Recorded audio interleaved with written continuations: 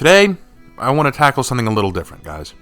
In my recent response to extra credits on their Dracula video, I pointed out a part of their video where they said that a story has many tellings and this is just one of them. I explained that this line from their made-up quote is essentially saying that every story has multiple interpretations and all are equally valid. And many people pointed out to me in the comments that this is the first time they've ever heard me address a literary philosophy called death of the author. And it's true, I've yet to address this philosophy of literary analysis, and I think it's time I dedicate some time to it. So, firstly, what is this philosophy? What is the death of the author? In 1967, the French literary author and critic Roland Barthes wrote an essay called The Death of the Author. This essay was incredibly influential in addressing the common practice of literary criticism, in which we analyze the direct and objective intentions of the author when reading a piece. Before this, most literary criticism involved analyzing the author's background, history, personality, and intentions when looking for the meaning and goal behind the book. For example, when analyzing The Lion, the Witch, and the Wardrobe by C.S. Lewis, we can infer that there is a lot of Christian theme and imagery in the text, not only because it's very blatant, but because Lewis himself was a Christian and very openly evangelical in his faith. Thus, the book will very likely have Christian themes. However, Roland points out that it is next to impossible to tell in a literary text who is speaking. Is it the author, the character, or the narration? Aren't the three separate entities? For example, let's say if one of the characters in a book is a sexual deviant, and he is describing his personal feelings about a woman in a very erotic and inappropriate way. Is that just the character speaking? Or is it the author's own personal feelings coming out in the character? Or, let's say if the author writes a highly religious and pious character in his book, does that mean that it is the author placing his own personal religious views into the character, or is it simply the character taking on a life of their own? Frankly, there is no way to tell without asking the author directly, and in some cases that's impossible to do. Barthes argues that there is no such thing as true meaning when it comes to text. We cannot know the true intentions of the author, and even if we do know them, the author might not have done well in expressing those intentions. Rather than treat the author as the god of their own book, we should instead find the meaning for ourselves. We should analyze literary techniques, stylings, narrative structures, and the like to help us better understand and appreciate the work. Barthes also argues to avoid searching for objective themes and intentions, even if the author is alive to express them, as the author does not hold absolute power. The author is merely the transcriber, while we are the ones meant to take from it what we wish. Barthes states that through the death of the author, we might see the birth of the reader. By granting power to draw intentions, the reader gains power, and thus gains the ability to further appreciate a story or literary piece. Now, to an extent, I do agree with some of what Barthes says in his critique. It is very hard to apply intentions and themes to a piece when the author is not around to explain them. And I even agree that it's perfectly true that we should be allowed to take what we want from a text. Personal taste plays a huge role in appreciating art, and that's where the popular phrase, know your audience, comes from. We create pieces of art and literature meant for an audience that we don't want to offend and want to please or satisfy. I also think it's very true that an author can unintentionally mess up their intended themes, or even write themes they didn't mean to. A very good example of this is J.K. Rowling with Harry Potter. In a Twitter post a couple of years ago, J.K. Rowling talks about the importance of removing country borders and barriers between peoples, that refugees should be allowed into sovereign countries for their own benefit. I find this amusing, because in the first book of Harry Potter, Harry asks Hagrid why the wizarding world is separated from Muggles, and Hagrid explains that if Muggles knew magic existed, they'd constantly try to exploit it, demanding the wizarding world solve all their problems, and thus, it was important to not let them in so as to avoid this outcome. Now, whether you agree with either political argument or not, it's amusing that a theme in Harry Potter for keeping a divide between two worlds is somehow missed by Rowling herself.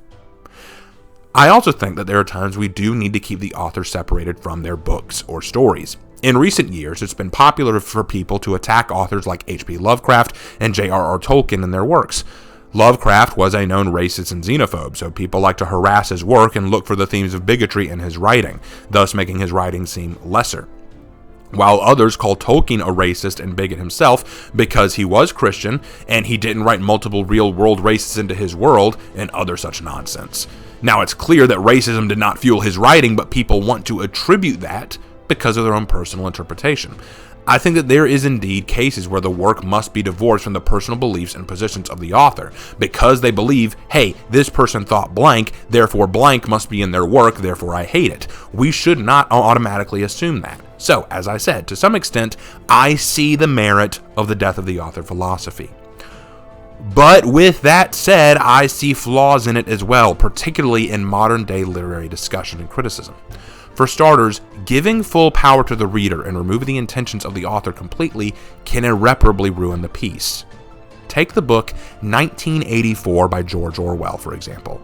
A book warning against the dangers of full authoritarianism, big government power, and the degradation of society through complacency, technology, and the dark, bleak outlook of humanity when they are willing to give up personal liberty for security. Written by a man who understood the dangers of the Soviet and communistic ideologies that he highlights in the book, can we truly divorce those themes? Can we say that such themes are irrelevant?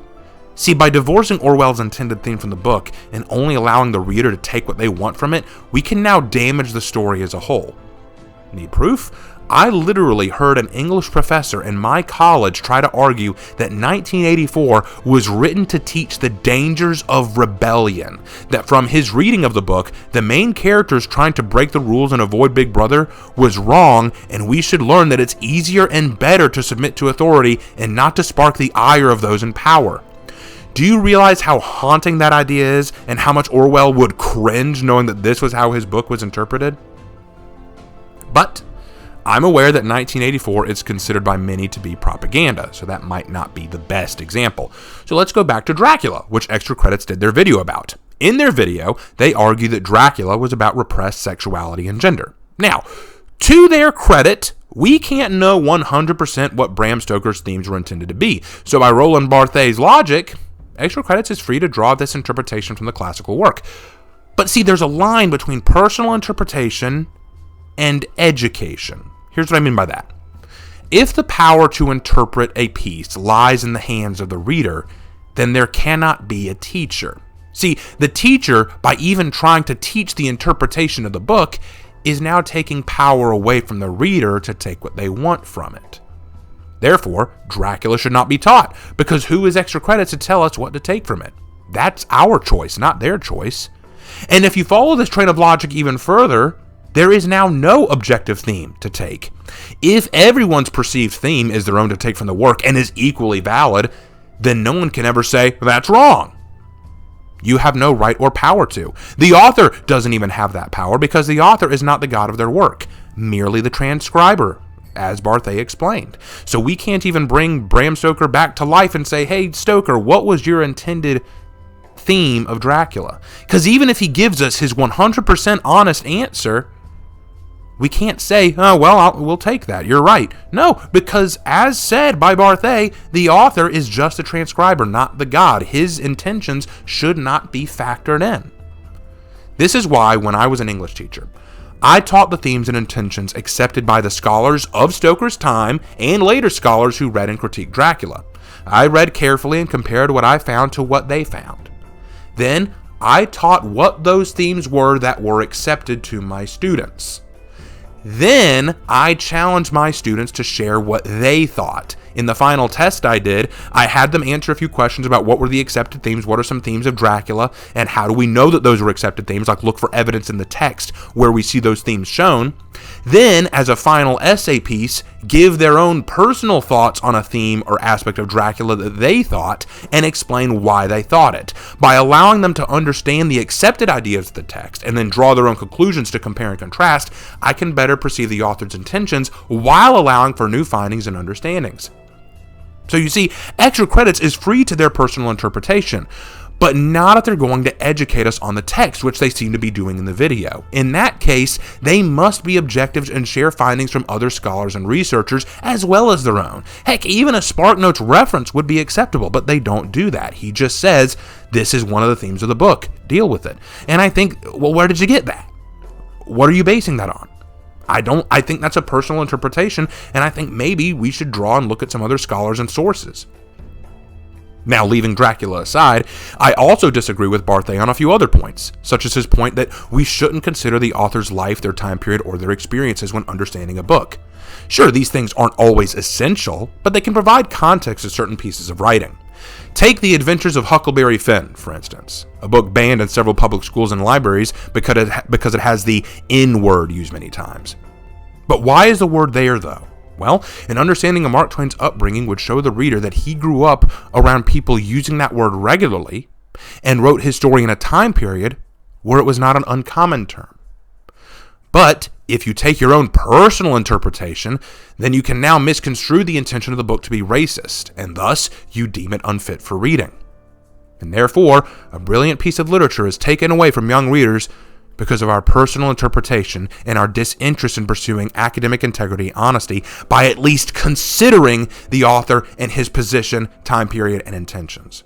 In fact, I think it's hilarious that people think Mark Twain's book, The Adventures of Huckleberry Finn, is racist, because from my reading of it, I found that the black character in the story was actually one of the smarter characters, one of the more well-grounded and relatable characters, where Huck Finn himself was kind of stupid.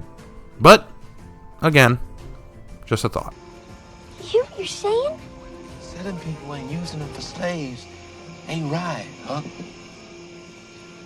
But somehow... That's the way it is. And that's the way it's always been. But it ain't right, Huck. Don't you see that to be true? Slavery ain't right. All men should be free. Never heard such talk in my life. In short, I think that the death of the author philosophy is not without merit. It has valid points, and we should be free to interpret things in our own lens, and that authors are not infallible in their writings, that we should be prepared to remove an author from their work and read the piece for its own sake, rather than the way the author may or may not have intended. But, to quote Barthet himself in his own essay, quote, "Once the author is removed, the claim to decipher a text becomes quite futile. To give a text an author is to impose a limit on that text, to furnish it with the final significant to close the writing. Such a conception suits criticism very well, the latter then allotting itself the important task of discovering the author beneath the work, and when the author has been found, the text is explained. Victory to the critic." End quote. You see, when the author is removed, so too is criticism. He says it right there. Criticism loves an author because if an author has an objective intention, then the critic can easily attack that intention. But without the author, there can be no objectivity in the theme, intention, or message, or even character, as all of these things are only for the individual to understand or care about.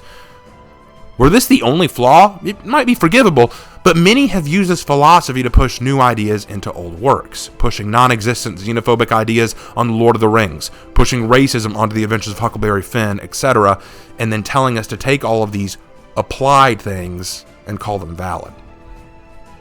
Barthet tries to argue in his essay that literature should instead be criticized only for its literary style, narrative structure, and writing forms.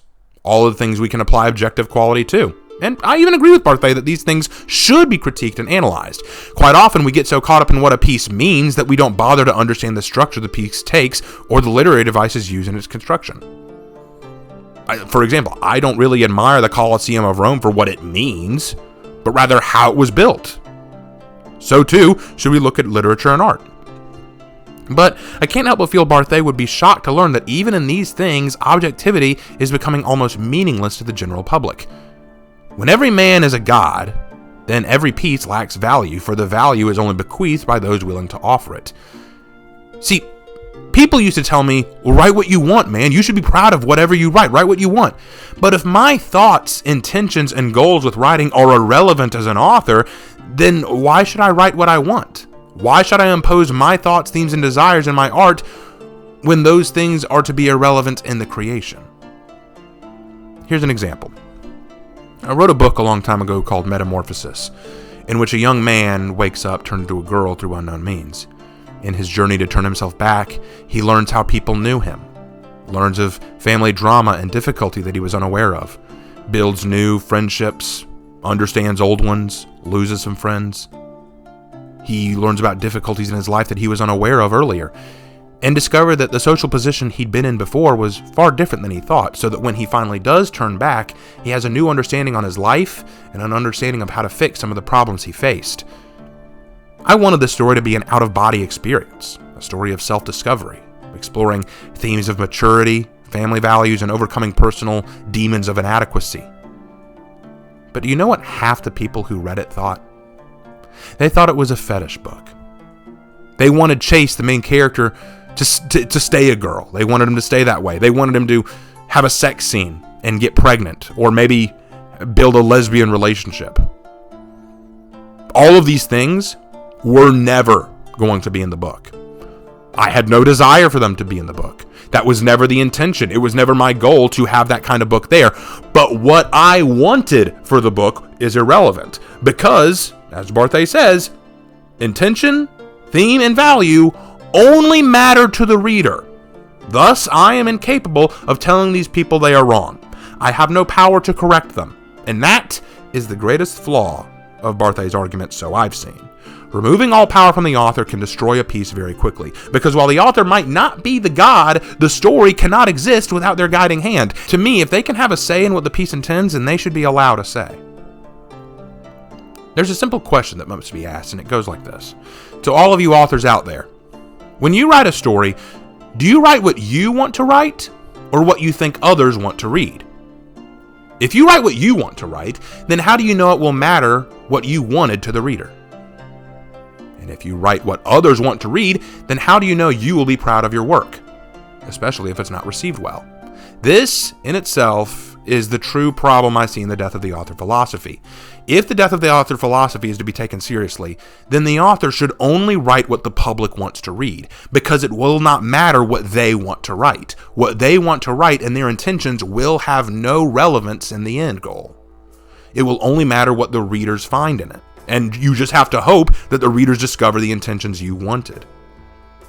Again, I understand the merits of the philosophy, and I even accept a few of the points the essay makes in its explanation of why the reader should matter in literary criticism. But to raise up the reader at the expense of the author is a dangerous concept for literary or artistic criticism. It will lead to a society that does not respect objective value and only subjective satisfaction. It does not matter if the work challenges their ideas, it only matters if it satisfies their wants. It will create a culture that thrives not on appreciating artistic quality and uniqueness based on individual artists and authors, but only the creation of repetitive, mundane, and familiar formulas that give people simple pleasures rather than challenge them. And folks, this culture that I'm warning you about is already upon us. Where Disney, once a titan in creating new and creative worlds, characters, and stories, is now simply recreating old movies with new technology and new live-action ideas, but with tired and accepted themes of girl power, lack of acceptance, and challenging societal norms. Where once art challenged the mind and soul to seek new understandings about life, we now have museums that display literal functioning toilets, spray paint graffiti on canvas, and just a literal boulder displayed, all as shocking art. Where once music, creating ideal music, was about effort, training, and putting together thought-provoking and strong lyrics or powerful instrumentals. First in every fight, something you never really minded, acting like everything's one-sided, proving you wrong, then you deny it. I should have shot first. Now it's just resorted down to simple, tired, and repetitive sounds that numb the mind, things that we hear all the time in our discourse that mean so little. Mumble rap being the prime example that comes to mind. In fact, there's a great video, I highly recommend it, by rapper Vin J, who does a video called Mumble Rapper versus Lyricist Rapper, in which the mumble rapper not only explains why mumble rap is so popular because it's repetitive and constantly makes a lot of money because of its mind-numbing repetition, but the lyricist rapper points out why this is inferior and why it needs to go away. This shit is all that I know. Rapping about bitches and clothes. Yeah, getting unlimited hoes. Whoa, all of my diamonds are froze. Now you rap with venom and then you pack the rhythm and every track will hit him and you blow. But you whack a little bit, don't stack the syllables. You have to hit him with new flows. Like, nah, homie, I'm in it for cash. Just wanna get me a bag. Yeah. Tell him I whip in the jag and I be popping them tags. Like, nah, everybody rap like that. Everybody wanna make a track like that. Everybody else in the game saying the goddamn same and you all kill a rap like that. Like, where the wordplay and the metaphors at? What y'all make, I can never call rap. Big L, big pun, I'ma get them all back. And you mumbling motherfuckers, the better fall back. Nah.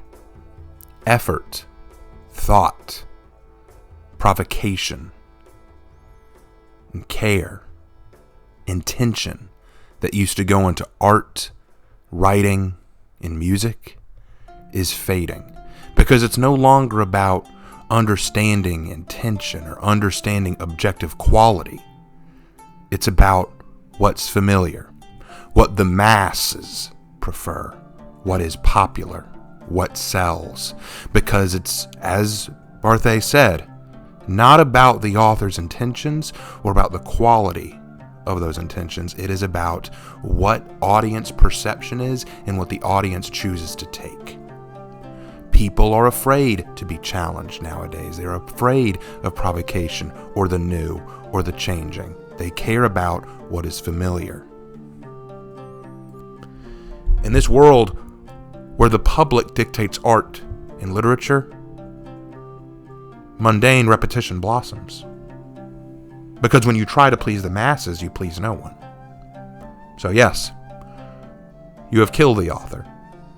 And in doing so, you have killed the quality. Because the mass public doesn't care as much about quality as it does about satisfaction. Thank you guys for watching this video. And it's okay if you disagree with my points. I'm open to being challenged, and if you'd like to address in the comments some of the points that you see in The Death of the Author writing, and I'd love to hear your thoughts, respectfully, of course, so feel free to go to the comments and let me know your thoughts, whether you agree or disagree. I'm always open to criticism. Please share your thoughts, and I look forward to reading them, and I will see you in my next video. Take care.